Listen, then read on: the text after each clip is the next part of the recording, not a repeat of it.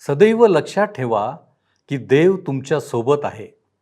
तो योग्य वेळी, योग्य ठिकाणी सर्व काही योग्य करणारा आहे. काय आम्ही हा अनुभव घेतला आहे?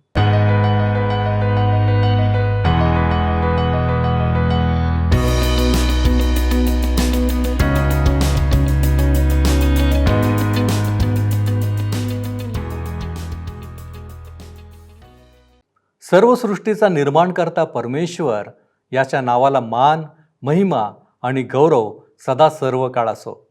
उपासना कार्यक्रमामध्ये आपले हार्दिक स्वागत. प्रियांनो, या दिवसांमध्ये आपण प्रेषितांची कृत्ये या नवीन करारातील पुस्तकाचा अभ्यास करीत आहोत. या पुस्तकामध्ये आपल्याला प्रामुख्याने प्रेषितांनी केलेली महत्कृत्ये आणि मंडळीची झालेली वाढ यांचा वृत्तांत पाहायला मिळतो. आजच्या अध्ययनात आम्हाला विश्वासाच्या परिवर्तनीय शक्तीचा आणि परमेश्वराच्या दैवी हस्तक्षेपाचा पुरावा दिसतो. यामध्ये आपण शौलाचे परिवर्तन पाहणार आहोत, जो एकेकाळी विश्वासणाऱ्यांचा छळ करण्यासाठी कुप्रसिद्ध होता. निश्चितच हे परिवर्तन सर्वांसाठी प्रेरणादायी आहे आणि स्मरण करून देते की देवाचे प्रेम, क्षमा आणि परिवर्तनशील शक्ती यांच्या अवाक्याबाहेर कोणीही नाही. माझी खात्री आहे की आपण सर्वजण या अध्ययनावर लक्ष केंद्रित कराल. तर मग चला प्रियांनो, आपण आपल्या अध्ययनाची सुरुवात करूया. श्रोत्यानो, आम्ही 8व्या अध्यायाचे अध्ययन संपवले आहे आणि आज 9व्या अध्यायाकडे आम्ही वळत आहोत.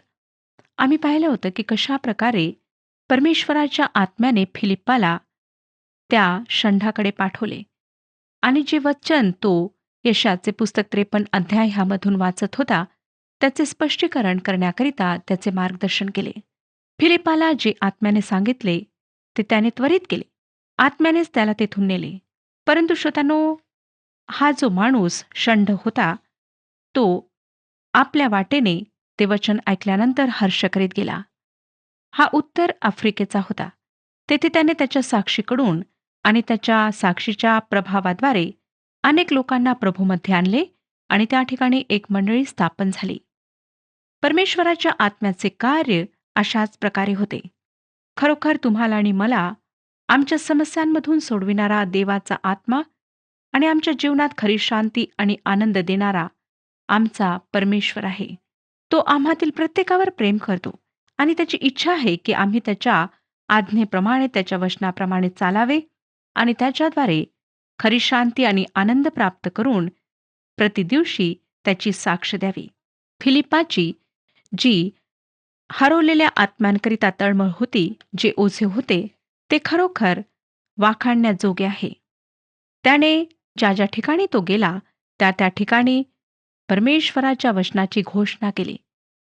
फिलिपला आता पवित्र वचनातून दूर करण्यात येत आहे. त्याच्याविषयी नंतर आम्हाला अधिक वाचायला मिळणार नाही. त्याची अधिक आवश्यकता नाही. इथिओपियन षंढ रथात बसून आपल्या ठिकाणी गेला आणि तो सुद्धा पवित्र वचनातून लुप्त होत आहे. पहिली सर्वात मोठी मंडळी कोठी होती? येरुशलेमात नाही, युरोपमध्ये नाही, परंतु उत्तर आफ्रिकेत होती. आणि ही मंडळी कशा प्रकारे स्थापित झाली?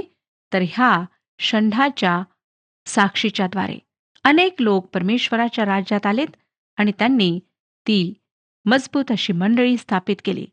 आम्ही वाचलं होतं श्रोत्यानो 40व्या वचनात की फिलिप अजोत नगरात आढळला. अजोत हे अशदोद आहे, जे गज्जाच्या वरच्या पट्ट्यात आहे. कैसरियाला जाण्याकरिता तो यापा ह्या ठिकाणाहून गेला. आज तेथे तेल अवीव आहे. कैसरिया येथे येतपर्यंत जी गावे लागलीत त्या सर्व गावात त्याने सुवार्ता सांगितली. आता आपण 9व्या अध्यायाला सुरुवात करीत आहोत, ज्यामध्ये शौलाच्या परिवर्तनाविषयी सांगण्यात आले आहे. आम्ही पाहिले श्रोत्यानो की इथिओपियन षंढाचे परिवर्तन एका रथात झाले, परंतु शौलाचे परिवर्तन खाली धुळीमध्ये झाले होते. कदाचित तो गाढवावर बसून दमिश्ककडे गेला असेल आणि त्याला तेथेच त्या धुळीत पाडण्यात आले. जेव्हा आम्ही फिलिप्पिकरास पत्राचा अभ्यास करू तेव्हा आम्ही मानसशास्त्रविषयक, तत्वज्ञानविषयक व ईश्वर प्रेरित धर्मशास्त्र विषयक शौलाच्या परिवर्तनाचे स्वरूप पाहणार आहोत. आता येथे आम्ही पाहणार आहोत की दमिश्कच्या सडकेवर खरे काय घडले होते.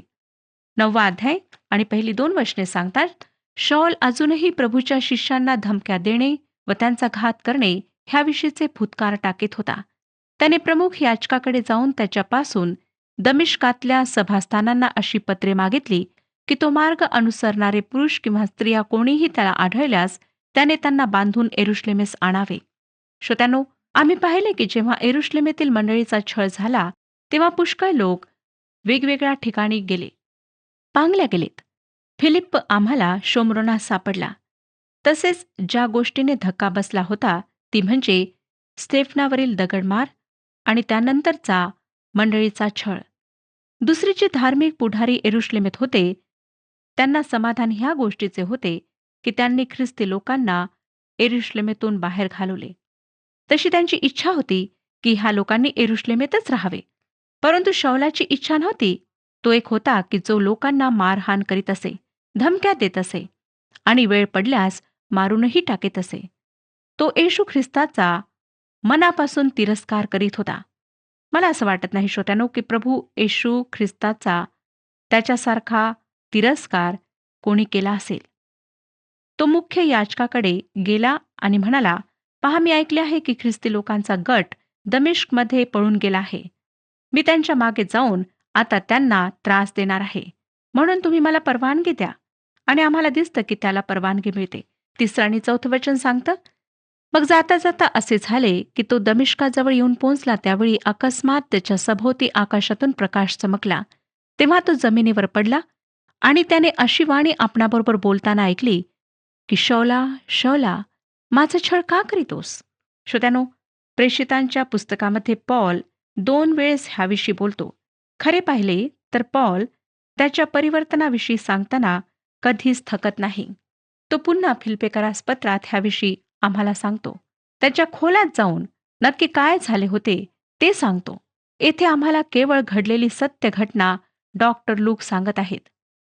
तो पुन्हा हीच गोष्ट जेव्हा तो अग्रिप्पा राजापुढे त्याची साक्ष देईल तेव्हा सांगेल आणि ती साक्ष सर्वात उत्तम आहे. शौल हा कट्टर ख्रिस्तविरोधी होता आणि प्रभू नेमका त्यालाच स्वतःच्या कार्यासाठी निवडत आहे, बोलावित आहे. दमिश्कच्या जवळ तो त्या रस्त्यावर पडला आणि देवाची वाणी तेथे त्याने ऐकली, शौला, शौला, तू माझा छळ का करीत आहेस?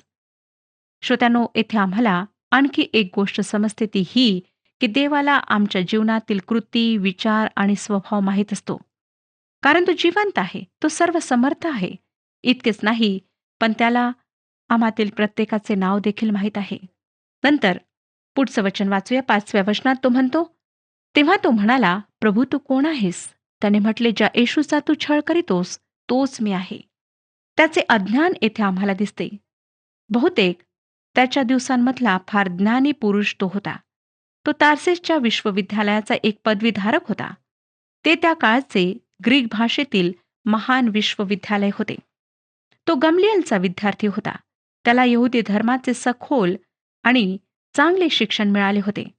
परंतु त्याला प्रभू येशू ख्रिस्त माहीत नव्हता. श्रोत्यानो, प्रभू येशू ख्रिस्ताला माहीत करून घेणे एक जीवन प्राप्त करून घेणे आहे.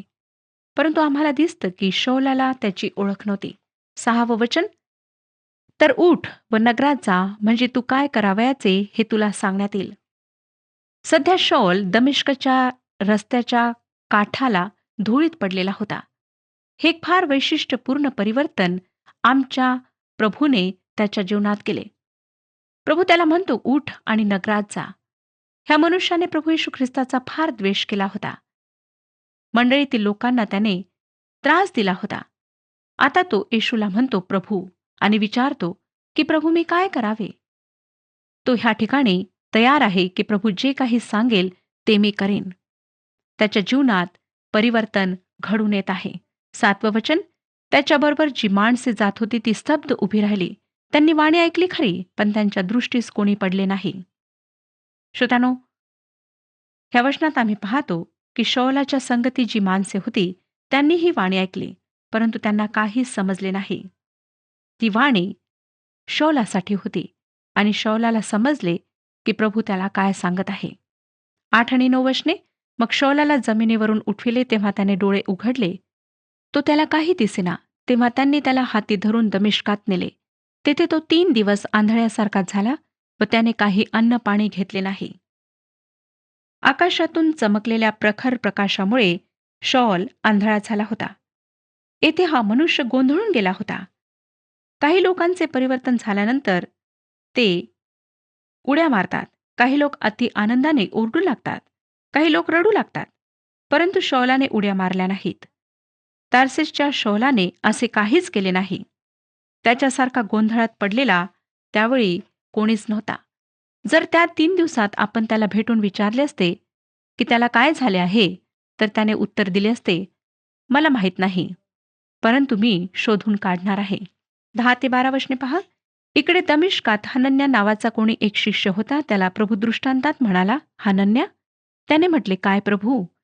प्रभू त्याला म्हणाला, उठून नीट नावाच्या रस्त्यावर जा आणि यहुदाच्या घरी तार्सकर शौल नावाच्या मनुष्याचा शोध कर. कारण पहा, तो प्रार्थना करीत आहे आणि आपल्याला पुन्हा दिसावे म्हणून हनन्या नावाचा एक मनुष्य आपणावर हात ठेवित आहे, असे त्याने पाहिले आहे. शौलाच्या जीवनात आलेले परिवर्तन पहा. तो एकतर दृष्टीहीन झालेला आहे आणि दुसरी गोष्ट की तो प्रार्थना करीत आहे. जो छळ करणारा होता, प्रभू येशूचा तिरस्कार करणारा होता, तो आता त्याला प्रभू मानून प्रार्थना करीत आहे. श्रोत्यानो, फक्त परमेश्वराचे सामर्थ्यच अशा प्रकारचे परिवर्तन एखाद्या पापी व्यक्तीच्या जीवनामध्ये घडवून आणू शकते. आता आपण 13 ते 16 वचने वाचूया. तेव्हा हनन्याने उत्तर दिले, प्रभू, यरुशलेमेतल्या तुझ्या पवित्र जनांचे ह्या माणसाने किती वाईट केले आहे, हे मी पुष्कळांकडून ऐकले आहे. आणि येथेही तुझे नाव घेणाऱ्या सर्वांना बांधावे असा मुख्य याजकापासून त्याला अधिकार मिळाला आहे. परंतु प्रभूने त्याला म्हटले, जा, कारण परराष्ट्रीय राजे व इस्रायलाची संतती ह्यांच्या समोर माझे नाव घेऊन जाण्याकरिता तो माझे निवडलेले पात्र आहे. आणि त्याला माझ्या नावासाठी किती दुःख सोसावे लागेल हे मी त्याला दाखवीन. ह्या ठिकाणी आम्हाला दिसतं की कशा प्रकारे हनन्या नावाच्या व्यक्तीला प्रभूचा आत्मा हे सर्व काही सांगत आहे. शौलाला बोलविण्याचे 2 कारण प्रभू सांगत आहे. 2 गोष्टींसाठी तो देवाचे निवडलेले पात्र होता. पहिली गोष्ट, त्याला येशूचे नाव इतरांना सांगायचे होते. त्याला बाकीच्या शिष्यांप्रमाणे साक्ष देण्याकरिता बोलावण्यात आले नाही. कदाचित पौलाने जरी क्रुसावर चढताना प्रभू येशूला पाहिले असेल, तरीही येशू ख्रिस्त शरीराने पृथ्वीवर असताना तो त्याच्या संगतीत चालला नव्हता. त्या दमिश्काच्या रस्त्यावर आलेल्या अनुभवाच्या दिवसापर्यंत त्याला येशू ख्रिस्ताविषयी काहीही माहीत नव्हते. आता त्याला त्या नावाची घोषणा करायची होती. त्या नावाकरिता जगायचे होते. त्या नावाचा प्रचार करायचा होता. श्रोत्यानो, ह्याच नावाकरिता आज आम्हाला सुद्धा जगायचे आहे. आम्हाला त्याच्या नावाची घोषणा करायची आहे. आम्हाला ह्या वचनांमध्ये दिसतं की शौलाला प्रभू येशूच्या नावाची घोषणा वेगवेगळ्या 3 प्रकारच्या गटांमध्ये करायची होती. एकतर अन्य जात्यांमध्ये, परराष्ट्रीयांमध्ये, दुसरे राजांमध्ये आणि इस्रायल लोकांमध्ये. नंतर प्रभूने सांगितले की त्याच्या नावासाठी त्याला किती दुःख सोसावे लागेल. त्याची निवड प्रभूने ह्यासाठी केली की त्याने येशू ख्रिस्तासाठी दुःख सहन करावे. शौलासारखे दुःख कोणीही सहन केले नाही. आज आपणापैकी कोणीही ख्रिस्तासाठी तितके दुःख सहन करीत नाही, ज्या प्रकारे प्रेषित पौलाने दुःख सहन केले. पुढची वचने वाचूया श्रोत्यानो. 17वे वचन सांगते, तेव्हा हनन्या निघाला आणि त्या घरी गेला आणि त्याच्यावर हात ठेवून म्हणाला, शौला, भाऊ, तू वाटेने येत असता ज्या प्रभूने म्हणजे येशूने तुला दर्शन दिले, त्याने तुला पुन्हा दृष्टी यावी व तू पवित्र आत्म्याने परिपूर्ण व्हावे म्हणून मला पाठविले आहे. हनन्या त्याच्या येण्याचा जो उद्देश होता आणि जे काही आत्म्याने त्याला सांगितले होते ते त्याला स्पष्ट करीत आहे. 18वं वचन, तत्क्षणी त्याच्या डोळ्यावरून खपल्यासारखे काही पडले व त्याला दृष्टी आली आणि त्याने उठून बाप्तिस्मा घेतला. ह्या ठिकाणी दिसतं श्रोत्यानो की कशा प्रकारे त्याने त्वरित बाप्तिस्मा घेऊन साक्ष दिले. जे परिवर्तन त्याच्या जीवनात आले होते त्याची साक्ष तो दुसऱ्यांपुढे मांडत आहे. तो आता त्यांचा शत्रू राहिला नव्हता, परंतु विश्वासणाऱ्यांपैकी एक होता. 19 वचन. मग अन्न घेतल्यावर त्याला शक्ती आली. ह्यानंतर तो दमिश्कातल्या शिष्यांबरोबर काही दिवस राहिला. श्रोत्यानो, जेव्हा आमच्या जीवनात परिवर्तन येते, खरे परिवर्तन, तेव्हा अशाच प्रकारे आम्ही प्रभूकरिता उठून उभे राहू शकतो. आम्ही त्याच्याकरिता काहीही सहन करण्याकरिता तयार होऊ शकतो. 20 ते 25 वचने. आणि त्याने लागलेच सभास्थानामध्ये येशूविषयी घोषणा केली की तो देवाचा पुत्र आहे. तेव्हा सर्व ऐकणारे विस्मित होऊन म्हणाले, हे नाव घेणाऱ्यांचा ज्याने यरुशलेमेत नाश केला तोच हा नव्हे काय? आणि त्यांना बांधून मुख्य याजकाकडे न्यावे म्हणूनच हा येथे आला होता ना? पण शौलाला तर अधिकाधिक सामर्थ्य प्राप्त होत गेले आणि येशू हाच ख्रिस्त आहे असे सिद्ध करून तो दमिश्कात राहणाऱ्या यहुदी लोकांना कुंठित करीत राहिला. असे बरेच दिवस चालले. तेव्हा यहुदी लोकांनी त्याला ठार मारण्याचा मनसुबा केला. पण त्यांचा तो कट शौलाला समजला. त्यांनी तर त्याला मारण्याकरिता रात्रंदिवस वेशीवर पाळत ठेवली होती. परंतु त्याच्या शिष्यांनी रात्रीच्या वेळी त्याला नेले व पाटीतून गावकुसावरून खाली सोडून उतरले. ह्या ठिकाणी आम्हाला दिसतं श्रोत्यानो की कशा प्रकारे शौलाला सामर्थ्य प्राप्त होत गेले आणि तो फार हिमतीने, साहसाने येशू हाच प्रभू आहे, ख्रिस्त आहे, हे सिद्ध करून लोकांना सांगत राहिला.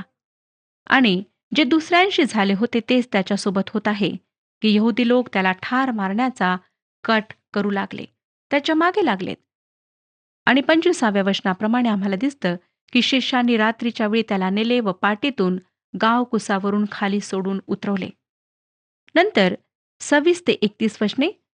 मग तो यरुशलेमेत आला आणि शिष्यांबरोबर मिळण्या मिसळण्याचा प्रयत्न करू लागला.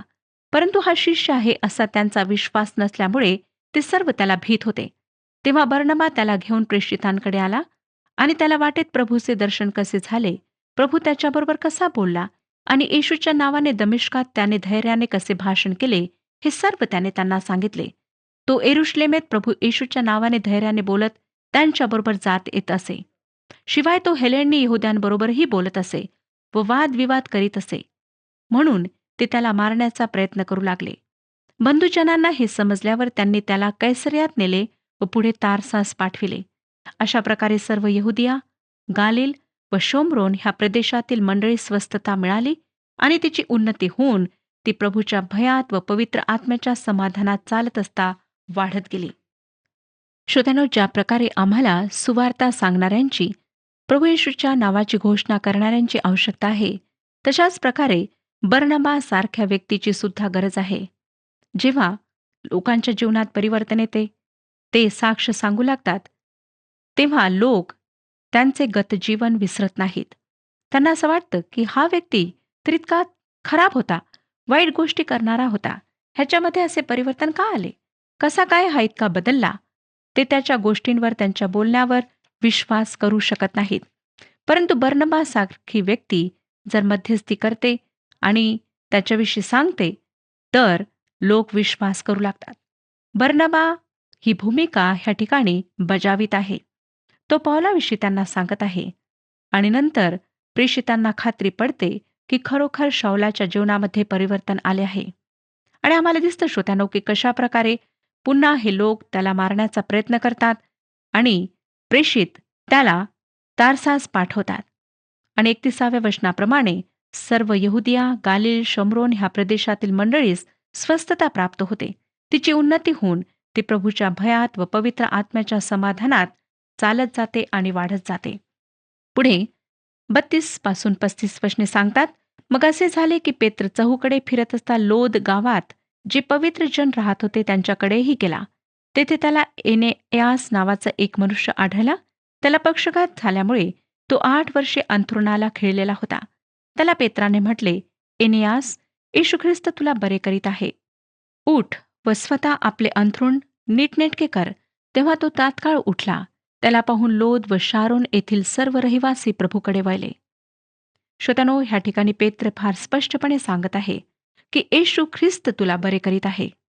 आज आम्हातील अनेक लोक आजारी लोकांकरिता प्रार्थना करतात, परंतु काय आम्ही श्रेय प्रभू येशू ख्रिस्ताला देतो, त्याच्या सामर्थ्याला देतो? पुष्कळदा लोक बरे करण्याचे श्रेय स्वतःकडे घेतात. की अमुक अमुक व्यक्तीच्या प्रार्थनेद्वारे किंवा माझ्या प्रार्थनेद्वारे त्या व्यक्तीला आरोग्य प्राप्त झाले आहे. आम्हाला श्रेय प्रभू येशू ख्रिस्ताला द्यायचे आहे. पुढे 36 पासून 43 वचने सांगतात, यापोमध्ये टबिथा उर्फ दुर्कस ह्या नावाची कोणी एक शिष्या होती. ती सत्कृत्य व दानधर्म करण्यात तत्पर असे. पुढे असे झाले की त्या दिवसात ती आजारी पडून मरण पावली. तेव्हा त्यांनी तिला आंघोळ घालून माडीवरच्या खोलीत ठेवले. लोद यापोजवळ असल्यामुळे पेत्र तेथे आहे असे जेव्हा शिष्यांनी ऐकले, तेव्हा त्यांनी 2 जणांस पाठवून त्याला विनंती केली की आम्हाकडे यावयाला उशीर करू नका. तेव्हा पेत्र त्यांच्याबरोबर गेला. तो तेथे पोहोचताच त्याने त्याला माडीवरच्या खोलीत नेले. त्याच्याजवळ सर्व विधवा रडत उभ्या राहिल्या आणि दुर्कस त्यांच्याबरोबर होती. तेव्हा ती जी अंगरखे व जी वस्त्रे करीत असे ती त्यांनी त्याला दाखविली. पण पेत्राने त्या सर्वांना बाहेर काढले आणि गुडघे टेकून प्रार्थना केली. मग कुडीकडे वळून म्हटले, तबिथे, उठ. तेव्हा तिने डोळे उघडले व पेत्राला पाहून ती उठून बसली. मग त्याने तिला हात देऊन उठविले आणि पवित्र जनांना व विधवांना बोलावून त्यांच्यापुढे तिला सजीव असे उभे केले. हे सर्व यापोमध्ये माहीत झाले आणि पुष्कळांनी प्रभूवर विश्वास ठेविला. नंतर असे झाले की तो यापोत शिमोन नावाच्या कोणा एका कातडे कमवणाऱ्या चांभाराच्या येथे बरेच दिवस राहिला. पुन्हा एक आश्चर्यकर्म चमत्कार ह्या ठिकाणी होत आहे आणि प्रभूच्या सामर्थ्यामध्ये त्या मृत स्त्रीला, त्या मृत मुलीला जीवनदान मिळत आहे. श्रोत्यानो, प्रभू येशूच्या नावामध्ये सामर्थ्य आहे. तोच मुक्तिदाता, तो तारणदाता आणि शांतीदाता आहे. तोच मुक्तिदाता, तारणदाता आणि शांतीदाता आहे. दुसरे कोणतेही नाव मनुष्यांमध्ये दिलेले नाही. म्हणून येशूच्या नावावर विश्वास ठेवा. परमेश्वर ह्या विषयात आपले मार्गदर्शन करो आणि आपणाला आशीर्वाद देऊ. प्रियांनो, शौलाच्या जीवनात दिमिश्कच्या वाटेवरील ख्रिस्ताची भेट ही परिवर्तनकारी आणि परिणामकारक ठरली. होय, देव हा नेहमी योग्य गोष्टी योग्य समयाला करणारा देव आहे. पौल आधी ख्रिस्ती लोकांना धरणारा होता, परंतु जेव्हा ख्रिस्ताने त्याला दिमिश्काच्या वाटेवर धरले, तेव्हापासून तो पूर्णपणे बदलला आणि ख्रिस्तासाठी जगला. काय आज आम्ही ख्रिस्तासाठी जगणारे आहोत? काय आमच्या रोजच्या व्यस्त जीवनात बदल व्हावा असे आपणास वाटते काय? आपण आत्मपरीक्षण करूया. आपण प्रार्थना करू. आमच्यावरती प्रीती करणाऱ्या आमच्या जिवंत प्रेमळ परमेश्वरा, आम्ही तुझ्या नावाला धन्यवाद देतो. प्रभूजी, प्रतिदिनी तू आमच्याशी बोलत आहे तुझ्या वचनांच्या द्वारे. आज तू आम्हाला पुन्हा एकदा दाखवून दिलेला आहेस की तू महान असा परमेश्वर आहे, जो तू योग्य वेळी योग्य गोष्टी करणारा देव आहेस. होय परमेश्वरा, आम्ही पाहिलं की शौलाच्या जीवनामध्ये योग्य वेळी तू त्याची भेट घेतलीस आणि प्रभूजी त्याचं जीवन बदलून गेलं. प्रभूजी, आज आम्ही तुझ्याकडे विनंती करतो, आमच्या जीवनामध्ये प्रभूजी असं काही असेल की ज्या ठिकाणी तू आमची भेट घ्यावी याची गरज आहे, तर बापा आमची प्रार्थना आहे, आमची विनंती आहे, प्रभूजी तू आमची भेट घे, आमचं जीवन बदलून जाऊ दे आणि बापा आमचं जीवन हे तुझ्या गौरवासाठी असावं, यासाठी आम्ही स्वतःला तुझ्या पवित्र हातामध्ये सोपवितो. प्रभूजी, ज्यावेळेस तू कार्य करतोस त्यावेळेस ते परिणामकारक असतं हे आम्हाला ठाऊक आहे आणि म्हणूनच प्रभूजी आम्ही तुझ्या चरणांपाशी आलेलो आहोत. आम्हा प्रत्येकाचा स्वीकार कर, आम्हा प्रत्येकाला आशीर्वादित कर. तारणारा प्रभू येशू ख्रिस्त याच्या गोड आणि गौरवी नावात ही प्रार्थना करतो, म्हणून तू ऐक. आमेन. विश्वासात स्थिरावलेले व अढळ रहा. प्रभू आपणास सहाय्य करो.